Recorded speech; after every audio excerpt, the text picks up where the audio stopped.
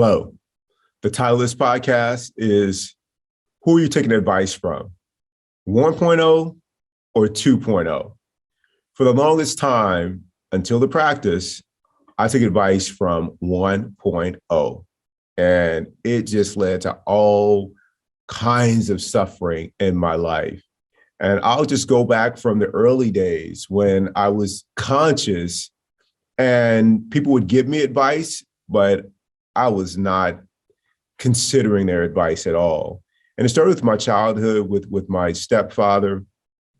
I remember people in my life who were really wise. They were older, aunts, uncles, as well as people that were in the community. They would tell me, they would see me suffering, see me very angry, because my stepfather was going on his own journey, and it wasn't exactly, A+ parenting, that's for sure.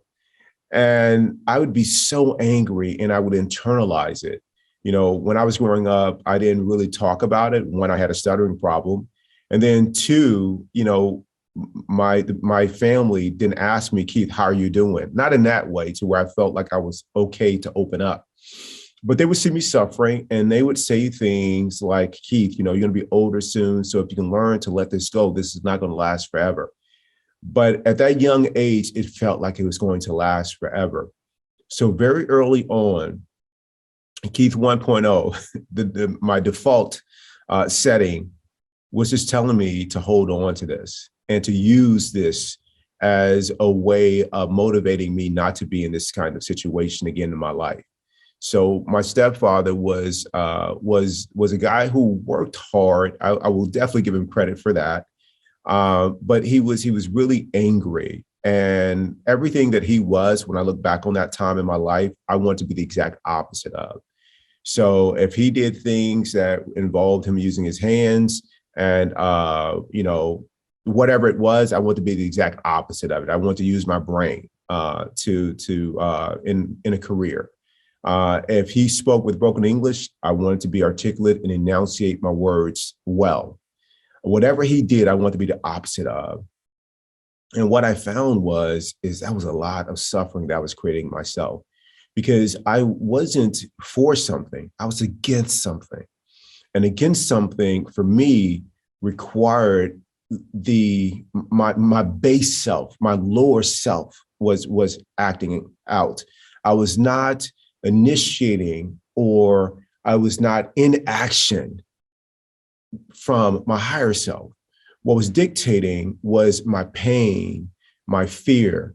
It was a suffering that was dictating my actions. And that's a tough life to live. And I would continue to live that way even when I got older and I became more aware of a different way of living, because people were telling me when they noticed this that, hey, listen, there's something about your past that you may not be dealing with, consider freeing yourself of it. But I had used it in a way to drive me forward. But the way that it helped me accomplish some goals regarding college and Marine Corps and business, financial planning, the way they did it, the way that I went about it caused me so much suffering because I was missing out on life along the way. I was so preoccupied and focused on this one goal to be better than he was at all costs that it was costing me everything. So it was literally at all costs. But I was taking advice from 1.0. And as I got into relationships, I continued to take advice from 1.0.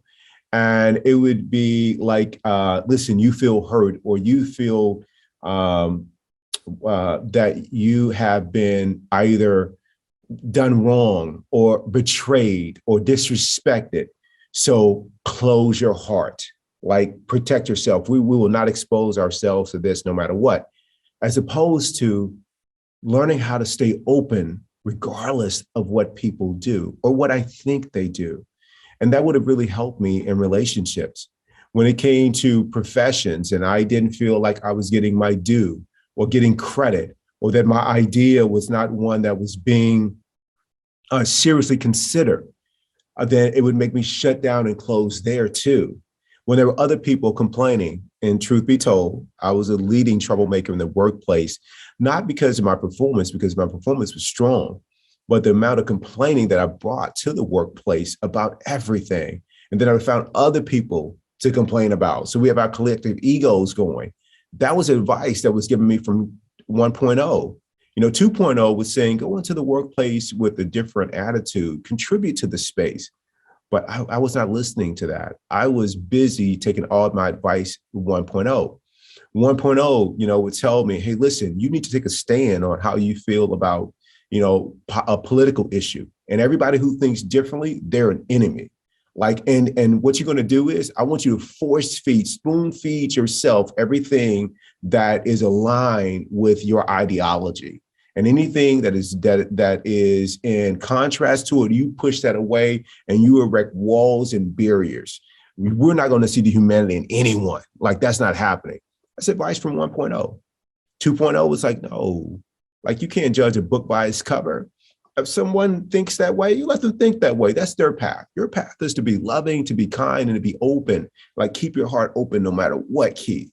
That was 2.0 talking. And it was always there talking to me because there would be people that I would see along the way that would challenge this thinking that I had. There would be somebody who would vote differently than I would in an election. And I would find out how kind they are. But I would I would choose to overlook that kindness or make an allowance for it. So okay, this is, an anomaly.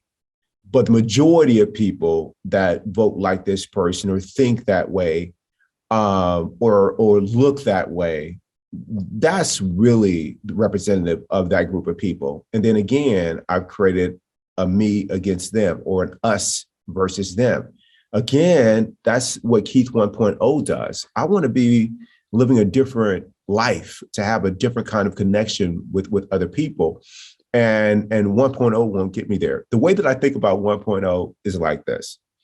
And whenever you hear it come up, and it will come up like that, you walk through the door, the dishes aren't done, the kitchen isn't clean, you automatically start closing your heart and you start creating enemies of everyone who's in the house who left the kitchen dirty after you've been, at work all day. Or that you are having a pretty pleasant day. You got, a good night. You slept well, you wake up the next morning, and the first thing you do, you start looking at the news. That's how you're choosing to start your day? On the defensive in this crouching tiger kind of position? That's one way to do it. But 1.0 is like this.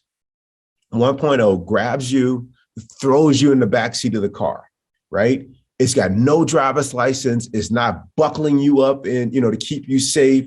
It's blindfolded. It's got its foot down on the gas pedal, going as fast as it can. It's to the floor. There's no braking, and it's steering like a crazy person around. That's what your life is like on 1.0. You got no control. It's taking you everywhere. It's coming around corners, not braking. It's going through barricades. There are people coming in and sprinkling kindness. You throwing it off your shoulder. You're not even noticing it. Everything that comes your way, even logic that comes your way, that's rooted in some kind of let's say something that we all know to be true. Or is believed to be true. And you don't bother me with the facts. My mind is made up, and you just continue barreling down the road this way.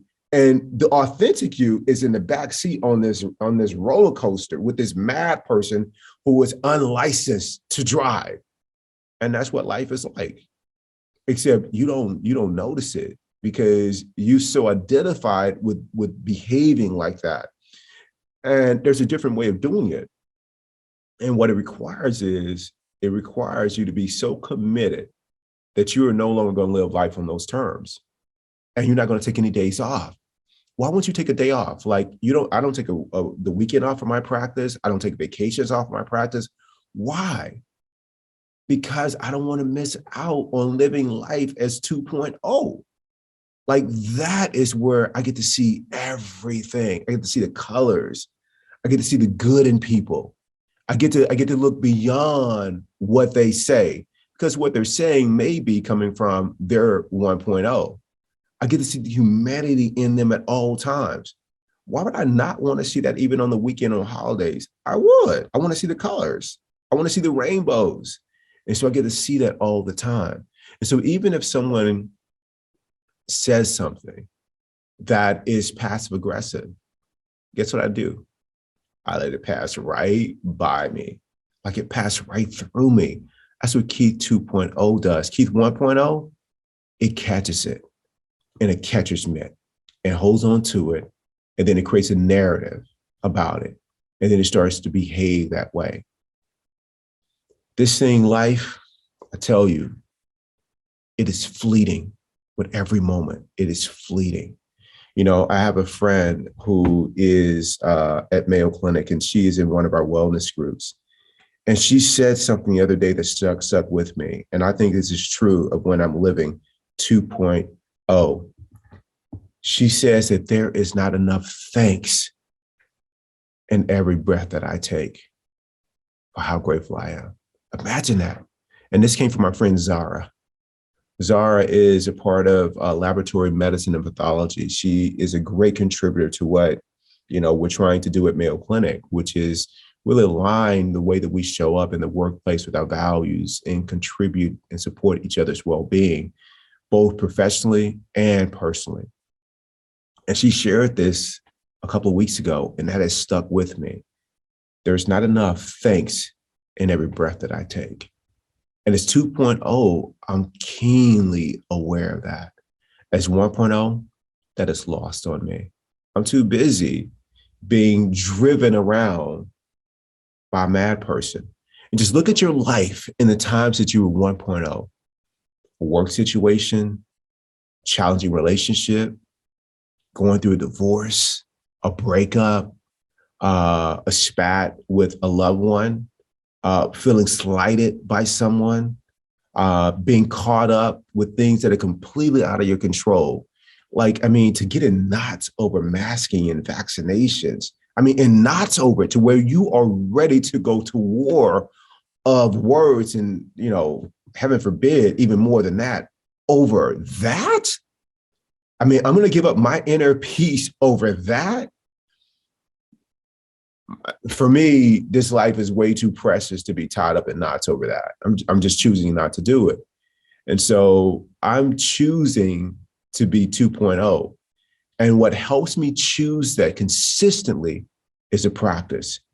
Because if I take one day off, I could wake up that morning and something hits me the wrong way because I'm not aware. It's out of the blue. And I'm not ready for it because I'm not rooted in a space to where I don't take that on.